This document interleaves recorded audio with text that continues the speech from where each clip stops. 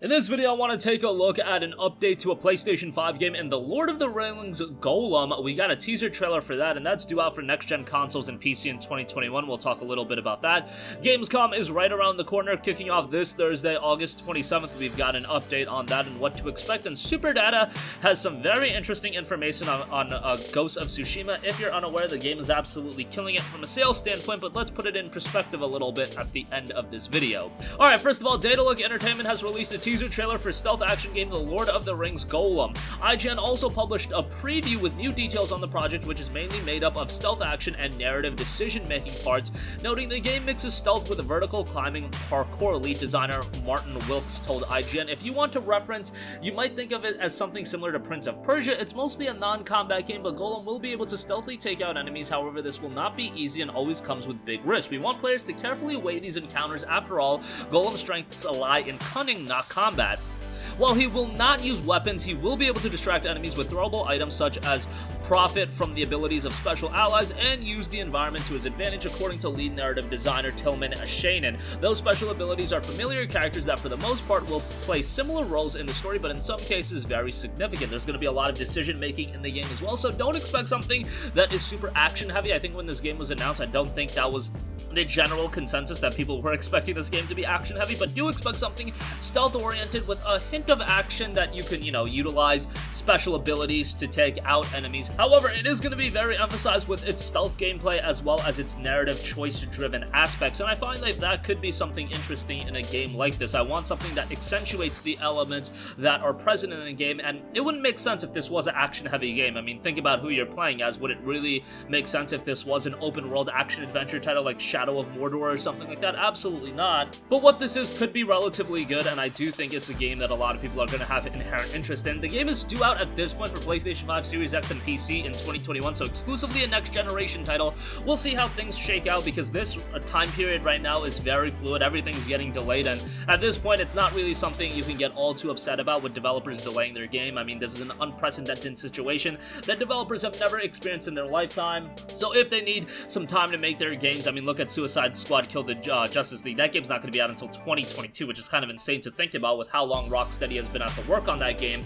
But yeah, it just is what it is with how the world situation is. Nevertheless, give a look to the teaser trailer, check out IGN's preview, you can find out a lot of information over there. Alright, moving on from that, this week, Gamescom opening night livestream will feature 38 games but focus on titles that have already been announced. However, there will be a couple of new announcements. Jeff Keighley noted on Twitter a few things on opening night live for Thursday. Show is live from a studio in Los Angeles. We're being very careful, no live audience. Currently 38 games in the show from 18 different publishers. Expected runtime is around 2 hours, so that's relatively lengthy and more to share in the coming days. He also added there will be some new game announcements, but like opening night live last year, the show is primarily focused on updates from announced titles, I should say. So no, we aren't announcing 38 new games, he wrote. So far, we have announced the reveal of the Doom Eternal campaign expansion and the reveal of Season 2 of Fall Guys for Thursday. There will be much more to share in the coming days on other titles. Some of the publishers and developers that will be there: Bethesda, Xbox, Activision, Blizzard, Koch Media, Astragon. You've got EA, Sega, Ubisoft, ESL, Wargaming, and Bandai Namco Entertainment. Really want to see some Tales of Arise. I don't know what I got to do to see more Tales of Arise. Scarlet Nexus is another game I'm incredibly excited about. But if we can get some gameplay trailers for a lot of those games, I mean, those are some big-time publishers that are going to be here, and 38 games to show. I imagine some of them you're going to have some interest in, given the sheer quantity of the games that are going to be there, and from 18 different publishers, there's probably going to be some cool stuff represented at Gamescom opening night live. Gamescom is honestly almost at the level of an E3, a Paris Games Week, Tokyo Game Show. I would say that those are the four pillars of the major gaming events: E3, Gamescom, then you've got Paris Games Week, and then you also have Tokyo Game Show. A lot of good stuff usually shown at all of these events. Obviously, things are a little bit in flux with everything going on in the world right now, as I mentioned, but if you got a Bandai Namco there, you got a Sega there, you got an Activision, Koch Media, Bethesda, Xbox, you're gonna be seeing some cool stuff, especially from 18 different publishers, 38 new games, a few game announcements and updates that are already confirmed, like the reveal of the Doom Eternal campaign expansion. Okay, that might not be a new game, but that is a huge reveal that we're gonna get. Season 2 of Fall Guys. Fall Guys is enormous right now, so to get more Fall Guys information, that's gonna be big for some people. Not necessarily me, I'm not a big Fall Guys person at this point, but I do know that outside of my objective opinion, that you know, objectively, I should say that Fall Guys is an enormous game. I mean, you look at the download numbers for that game, and I know it's a PS Plus title, but still, that game is wicked popular right now. Okay, another game that's super popular and is a full $59.99 release is the PlayStation 4 exclusive done by Sucker Punch, Ghost of Tsushima. I actually recently finished up the game, and now I am working on some of the side content and 100%ing the game. I do want to get the Platinum Trophy in this game at some point, but man, oh man, I don't know. I've gushed about this game a lot, and yes, the game is tremendous. How about we talk about some data? Super Data's monthly report tracking digital video games spending is in for July, and the big takeaway is Ghost of Tsushima's impressive 1.9 million digital sales. That makes it the Sony's fastest selling new IP ever. The numbers outpace both Horizon Zero Dawn and Days Gone, which sold 1.9 million and 1.3 million digital copies respectively over their first 2 months. So think about that for a second. Ghost of Tsushima just in July did the same numbers as Horizon Zero Dawn and way more than Days Gone in 2 months of those games' respective releases.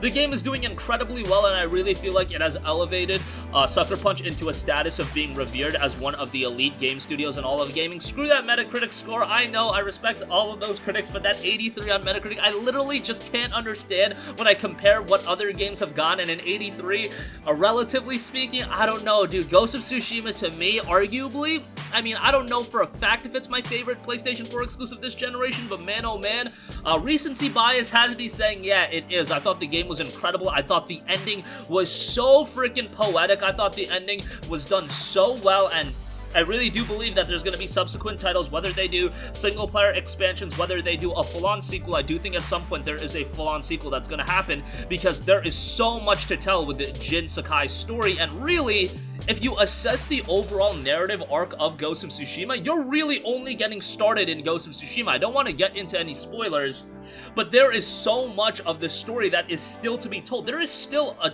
ton of mystery out there and things that Sucker Punch can easily explore and expand with the world of Ghost of Tsushima, or just the story of Jin Sakai, because you can explore other areas in Japan as well.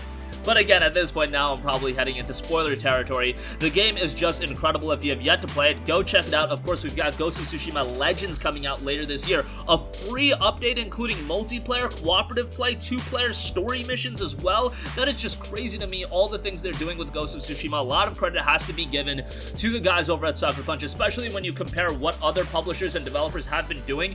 And not even that it's inherently wrong to do so, but Ghost of Tsushima was a game that is easily worth $60 for the fundamental game you get on day one, and then they're giving away a significant expansion, adding multiplayer, adding 2-player story missions. They could have easily charged $15 to $20 for it, but no, it's going to be a free update, and I think that should just alone explain the strength of Ghost of Tsushima as an IP going forward. And if they're doing stuff like that, I would easily expect something like a new game happening sometime in the distant future. Obviously, it took, what, 5-6 years to get Ghost of Tsushima out. I wouldn't expect a follow-up anytime in the near future, but I do think that's something that is going to be happening in this case, later rather than sooner, but at some point I do think Jin Sakai's story is going to be expanded quite a bit. But that's going to conclude this video. Again, Lord of the Rings Golem has gotten a teaser trailer. Gamescom opening night live will feature 38 games, but focus on titles that have already been announced. However, there will be some new game announcements, so be on the lookout for that. And Ghost of Tsushima, PlayStation's fastest selling digital new IP launch ever. That is incredibly exciting. That's going to conclude this video.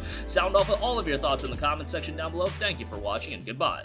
Hey guys, we hope you enjoyed the video, and if you did, make sure to hit the subscribe button, and if you're already subscribed, do us a favor and hit the bell icon. This way you'll be notified whenever we post a new video. That's the best way to keep up with all of our uploads, and we usually try to upload 2 videos a day. And with the bell icon hit, you'll be notified whenever we do upload a video. As always, thanks for watching.